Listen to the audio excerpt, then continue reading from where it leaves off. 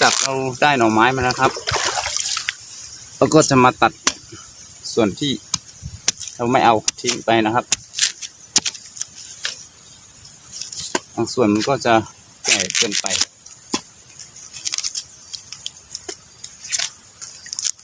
ถ้าเราไปก็จะหนักเปล่าๆนะครับ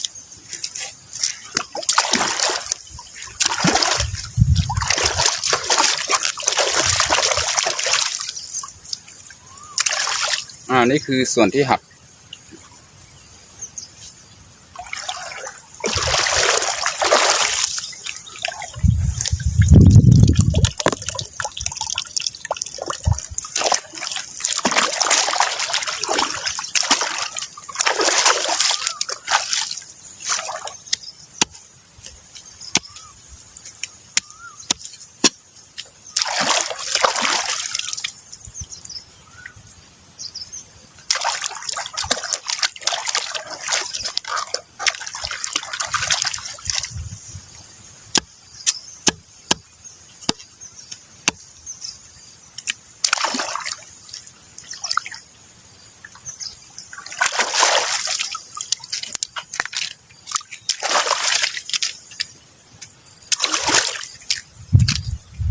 นี่ครับ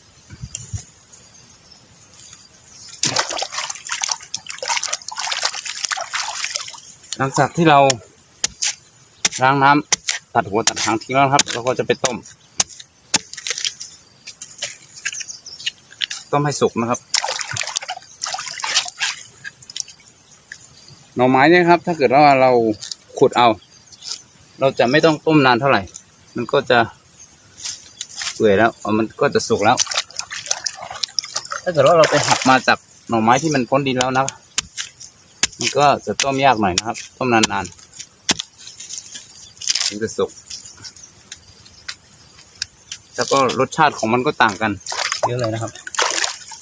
หน่อที่ยังไม่พ้นดินเนี่ยมันจะ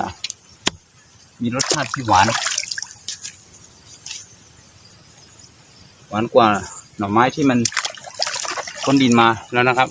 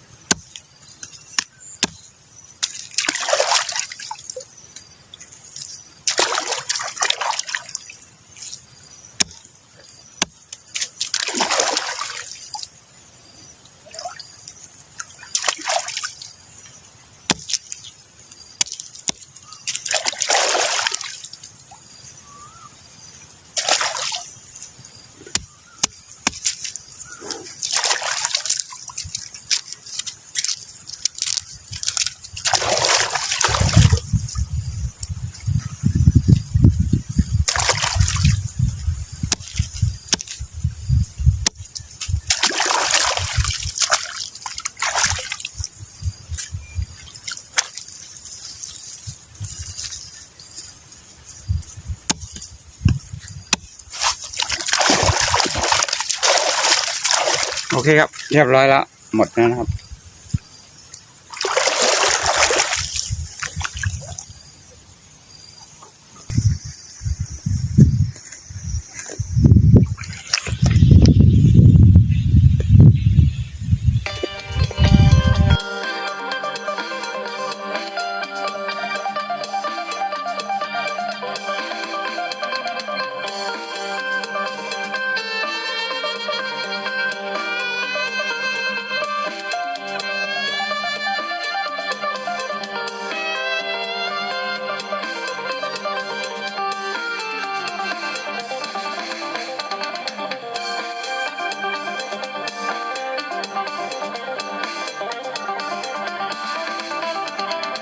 หม้อน้ำแล้วก็ต้มไว้ตรงนี้แล้วนะครับ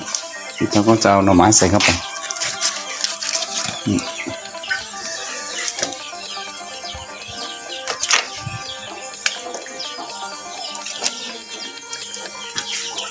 โอ้ยต้มได้ไม่เยอะนะครับเพราะว่าหม้อมันเล็กมากเลย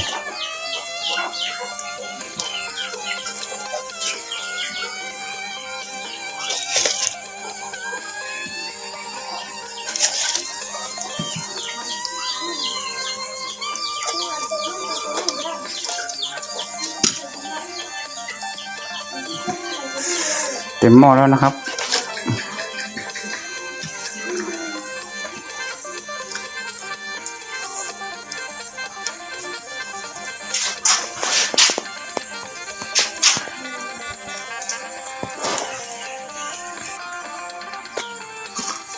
หม้อมันเล็กเกินนะครับต้มไม่หมดเดี๋ยวมาต้มอีกหม้อหนึ่งเราต้องต้มประมาณ1 ชั่วโมงนะครับก่อนจะสุก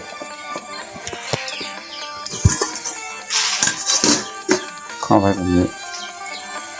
ครับหน่อไม้ที่เรามาต้มนะครับก็สุกแล้วอันนี้เราก็จะมาแกะออกแกะเปลือกมันออกนะครับแล้วก็จะมาทำซุปหน่อไม้ร้อนมากเลยเพิ่งเอามาลงมาจากไฟสดๆร้อนๆนะครับมันก็เลยร้อนมากเลยนะครับนี่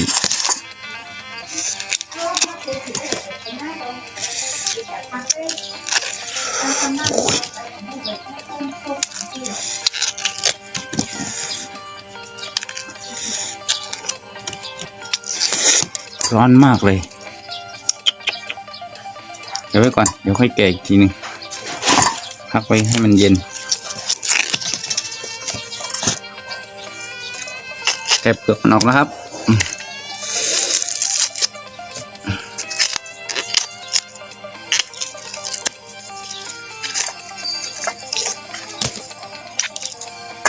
ต้มหน่อไม้ขุดนะครับอันนี้ไปขุดเอา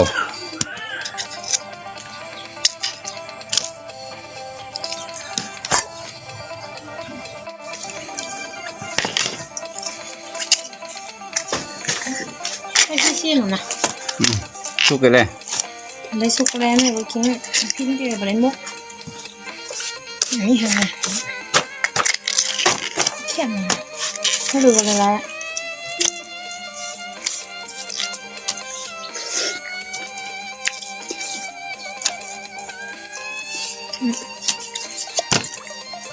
ไม่ป้อนหน่อยมาปอกกินก็ได้ก็เรากินไปไม่ใส่ออกมาทางไหนกินอยู่อ่ะ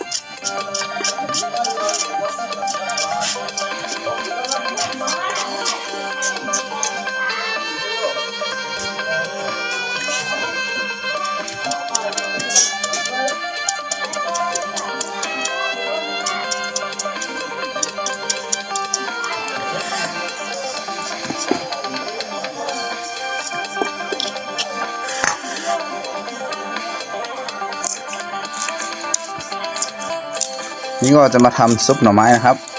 ก็จะหั่นเครื่องเทศนี่ครับเครื่องเทศของมันนี่ก็คือหน่อไม้สดที่เราไปขุดมานะครับต้มสุกแล้ว